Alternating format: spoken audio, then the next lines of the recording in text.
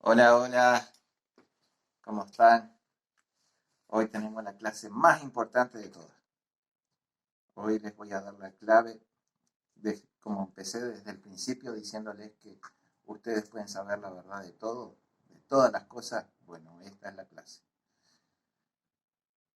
Y como les dije en la clase, en la última anterior, vamos a hablar del legado de las cosas, no de todo, ¿no? Pero una de las cosas principales que nos dejó el profeta José Smith cuando restaura la verdad a la tierra. Él restauró el sacerdocio, como contamos, hablamos de la importancia del sacerdocio.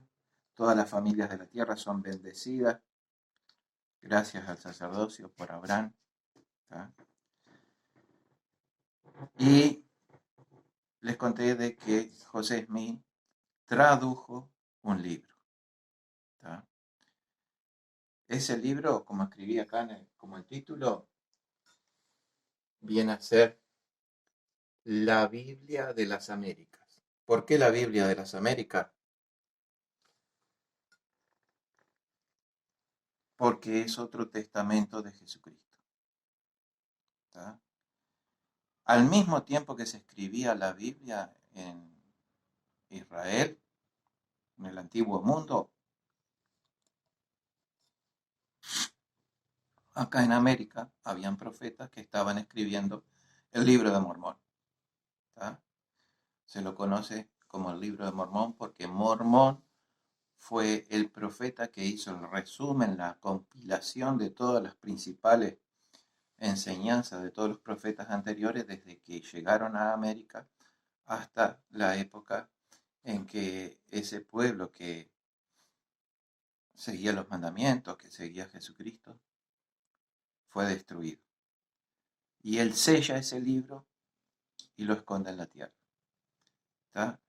Si es una cosa tan importante que iba a venir en estos últimos tiempos para ayudarnos, para ser otro testigo junto con la Biblia de Jesucristo, en la Biblia lo tiene que mencionar, es lógico. ¿Tá? No va a estar, no va a aparecer una cosa así, porque así sin que los profetas de la antigüedad supieran que iba a aparecer. ¿Estamos de acuerdo? Bueno, pues sí sabían. Y en la Biblia habla del libro de Mormón.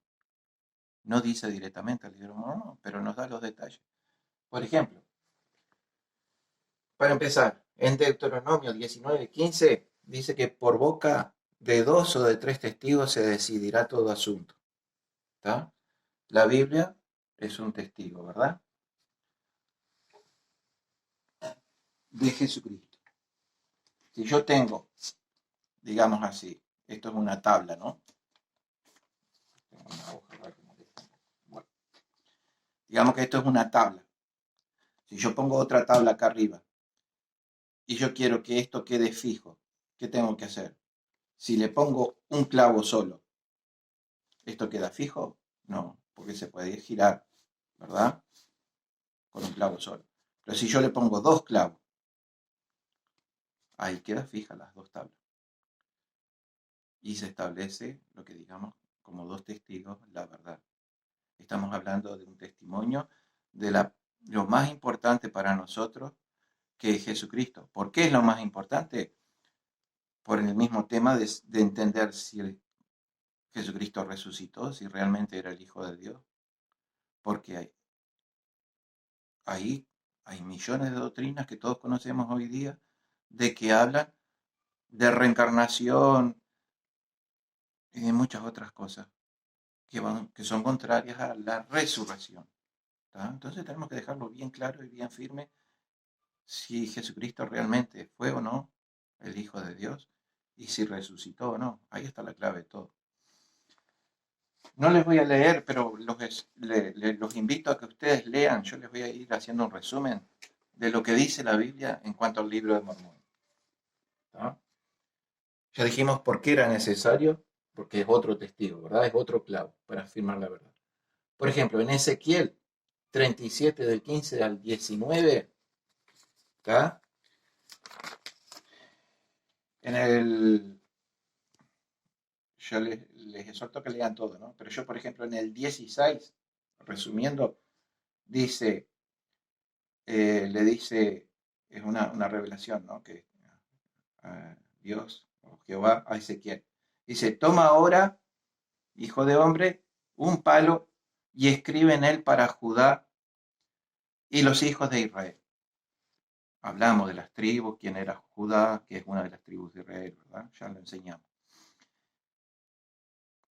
¿Qué significa que tome un palo y escriba en él? En aquella época se escribían los pergaminos y se enrollaban en un palo. ¿Qué palo tenemos hoy día? Que es de la casa de Israel, de Judá, de la casa de Israel. De Judá es la Biblia. O sea que ese palo que se está refiriendo, que escriba en él, es la Biblia.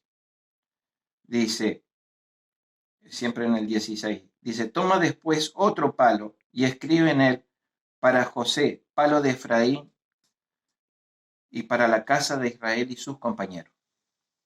Acá estamos hablando de otro palo, de otro libro, que tenía que escribir la tribu de José por medio de Efraín. Efraín, ya lo dijimos, era uno de los hijos de José que fue vendido a Egipto, que vinieron a las Américas.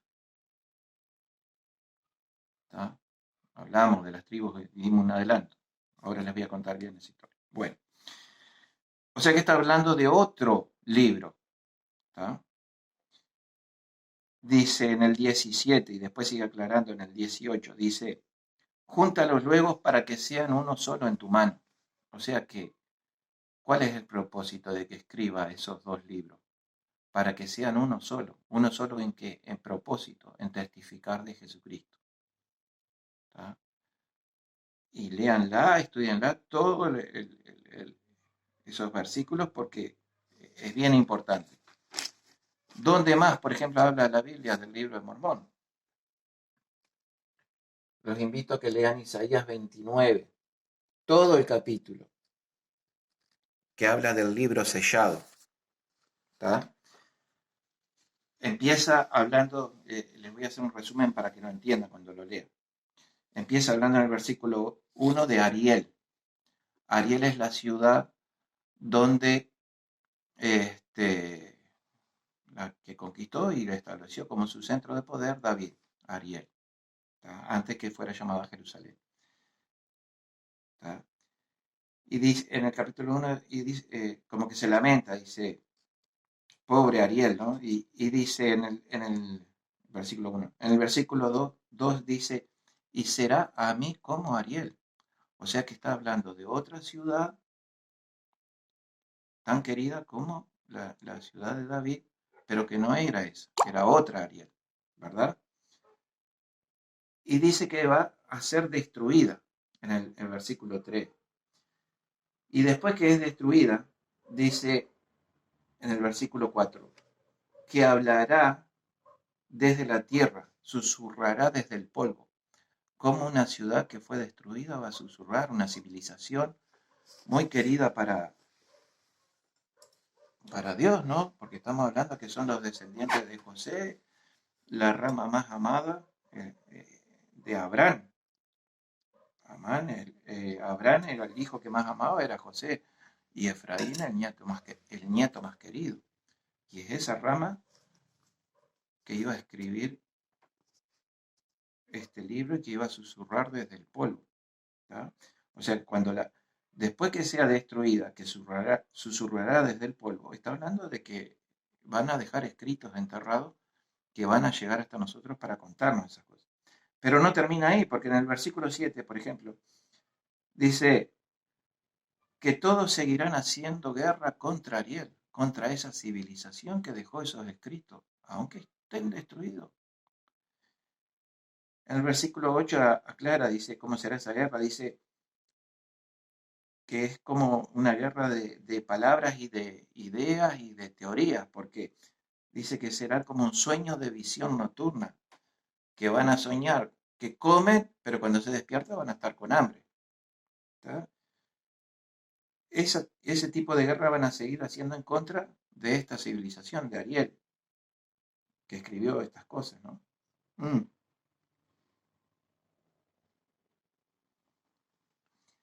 Y después, por si teníamos duda de qué significa que hablarían desde la tierra, nos empieza a hablar en el versículo 11 que saldrán las palabras del libro sellado. ¿Tá? Que esas palabras del libro sellado se las darían a un sabio para que las leyera, y iba a decir que no puede leer un libro sellado. Y entonces Dios se las iba a dar a uno que no sabe leer, a un indocto que tenía sexto a la escuela, digamos así.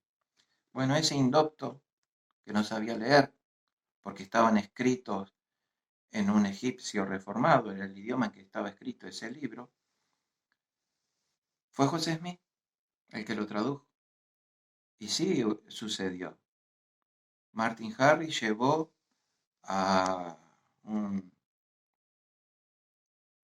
a un sabio de aquel momento, ahora se me olvidó el nombre, para que viera el libro, le llevó las planchas para que las tradujera y dijo que si estaban selladas él no podía leerlas. Y sin embargo, José Smith, por medio del poder de Dios, por el Urim y Tumim, que se le entregó a José Smith, que eso después tengo que aclarar que es el Urim y Tumim, pero se lo dieron a José Smith junto con las planchas, él pudo traducir, a pesar de ser un indocto, una persona que no sabía leer, digamos, así como se cumplió la profecía, digamos. ¿Y qué más nos sigue diciendo? Si seguimos leyendo en los versículos siguientes, en el 14, dice que Dios tiene todo el poder y que Él iba a efectuar una obra maravillosa y un prodigio. La obra maravillosa y el prodigio es justamente la restauración de la iglesia con todas sus verdades, con el apoyo de este libro. ¿Tá? Y que este libro sería leído desde los techos de las casas, que los sordos oirán, dice, las palabras del libro, y los ciegos las verán y las leerán.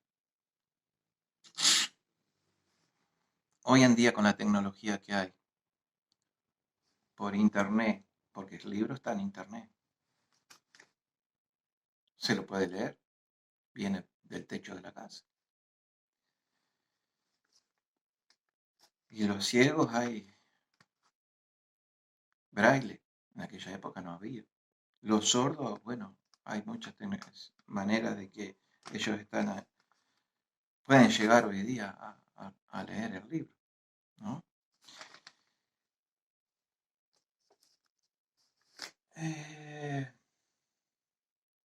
la obra maravillosa y el prodigio que habla acá. Si leemos, si leemos en Isaías 2, del versículo 2 al 3, dice que Sión sería establecida como cabeza de los montes y que todos los pueblos irían a buscar de su sabiduría. Les cuento, cuando el pueblo mormón hizo el éxodo, que fueron corridos y quemaron sus ciudades en Nauvoo y todo lo demás, y se dirigieron, cuando matan a José Smith, se dirigieron al oeste, se establecen en lo que hoy se conoce como Utah, el estado de Utah. Bueno, cuando llegaron a ese lugar, encontraron a unos indios Cheyenne, que la denominación de su tribu en su lenguaje, ellos se llamaban Ute, era la tribu Ute que vivía en ese lugar. Entonces, cuando los mormones establecieron su ciudad ahí, pidieron permiso, se hicieron amigos de los indios y todo lo demás, y cuando fueron a hablar con el gobierno para ponerle nombre al estado, fueron y pidieron que se llamara Ute, como era el nombre de los indios que vivían en esa región. Y por equivocación el que escribía,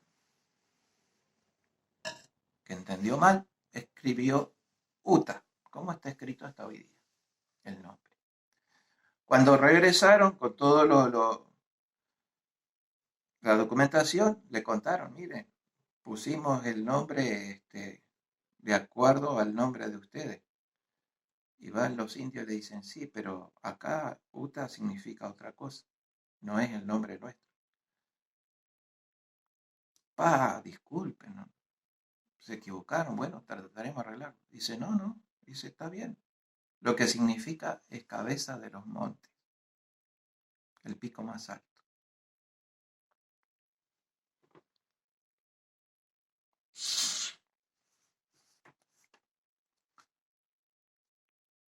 Dios conoce todos los idiomas, ¿no? Y sabe por qué. Y sabe por qué dio esa profecía. Es interesante. Sí, pero tenía que cumplirse. Acá hice un dibujito. ¿Está? Al igual que había profetas escribiendo en el Antiguo Testamento y el Nuevo Testamento, en la Biblia, acá en América habían profetas escribiendo. ¿Está? El libro de Mormón. Ese libro de Mormón, que eran descendientes de la tribu de José, yo lo tengo acá. Es este, lo habrán visto. Lo regalan, es gratis. No hay excusa. Está en internet, es gratis. Todo el mundo lo puede leer.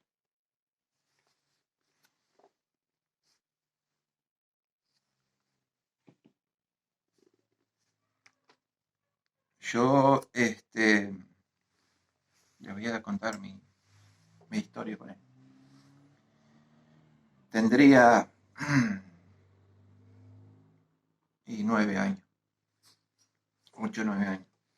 Y estaba pasando bueno, mis padres habían comprado una casa en Melo que tenía ciertos detallecitos que capaz que ustedes los conocen como historias o cuentos, pero este, bueno, yo lo viví. Se empezaban a escuchar ruidos de noche, de pasos, de cosas que se movían, que se caían. Y digo, la casualidad que es en mi cuarto donde yo dormía, empezaron a pasar eh, cosas como que se movía la cama, como que me sacaban las frazadas.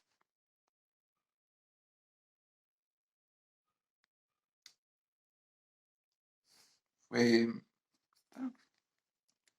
fue una época complicada, digamos. No podía dormir. Y vino lo que era un presidente de Rama en aquel momento, Orlando,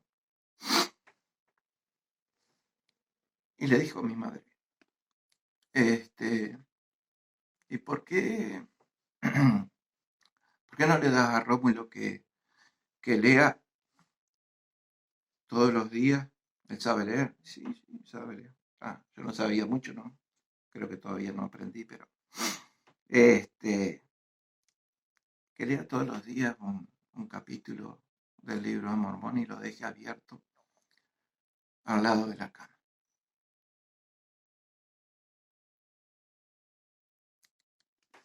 Y bueno, y desde el primer día que empecé a leer, pude dormir. Tuve paz.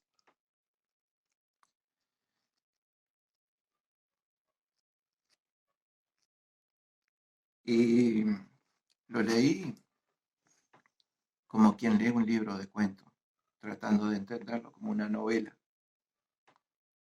Imagínense que con esa edad y recordar todos los nombres que tiene no es fácil. Pero igual, lo seguí leyendo porque sabía que era la forma de dormir tranquilo.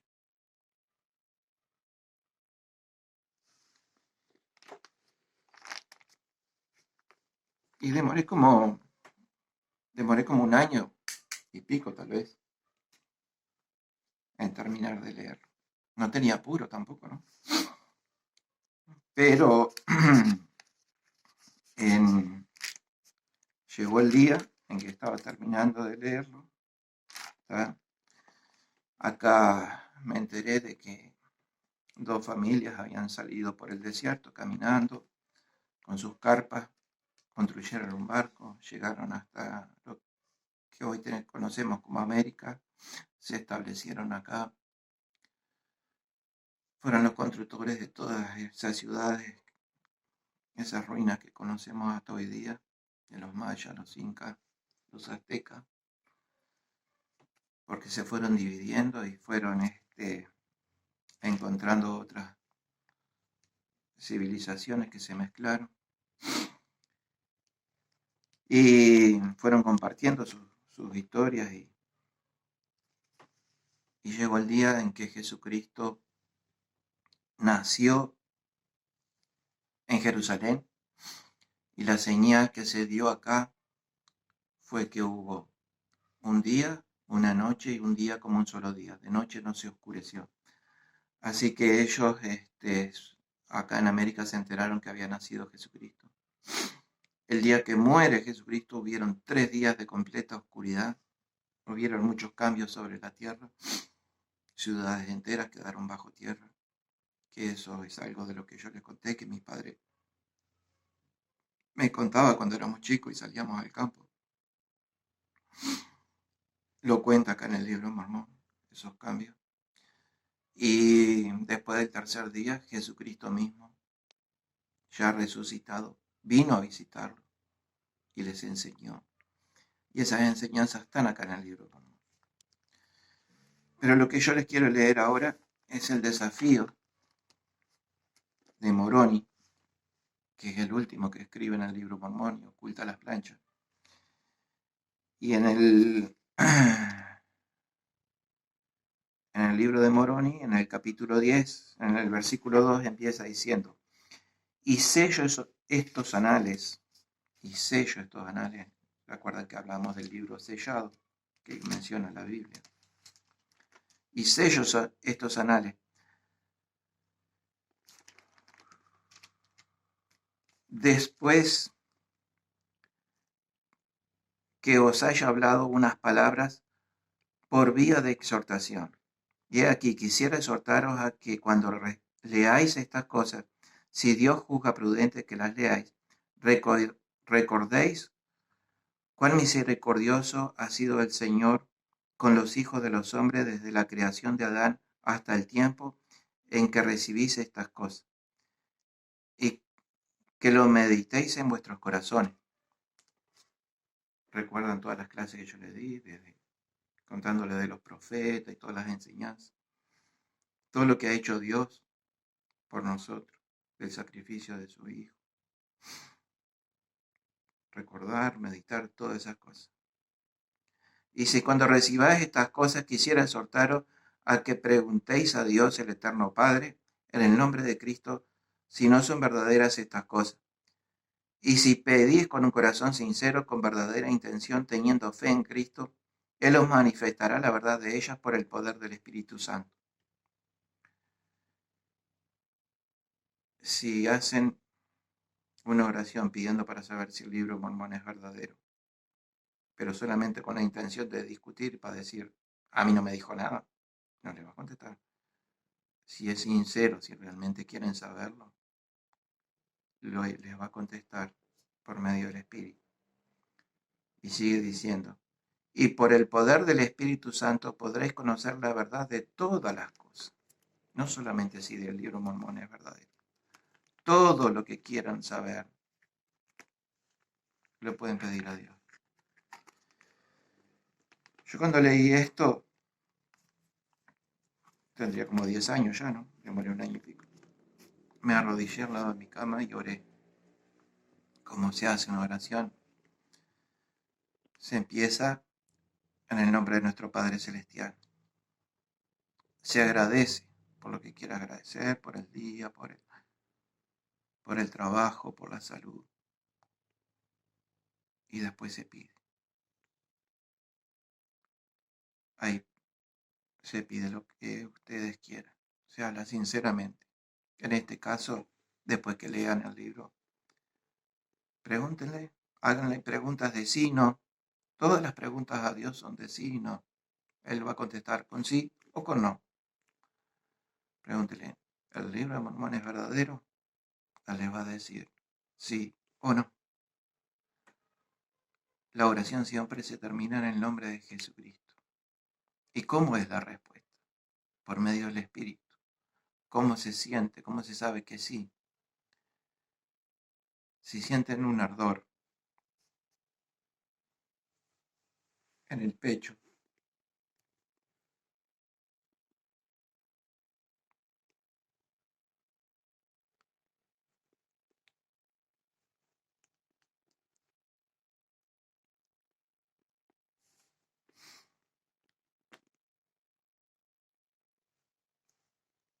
como me está pasando ahora, les da ganas de llorar, es la respuesta. Cada vez,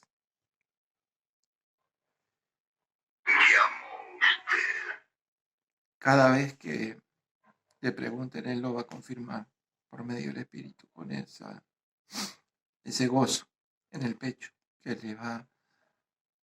no le va a quedar ninguna duda de que es verdadero. Y todo lo que le pregunten, Él les va a decir sí o no. Él está para eso. Él lo sabe. Les mando un abrazo y los invito a que lo hagan.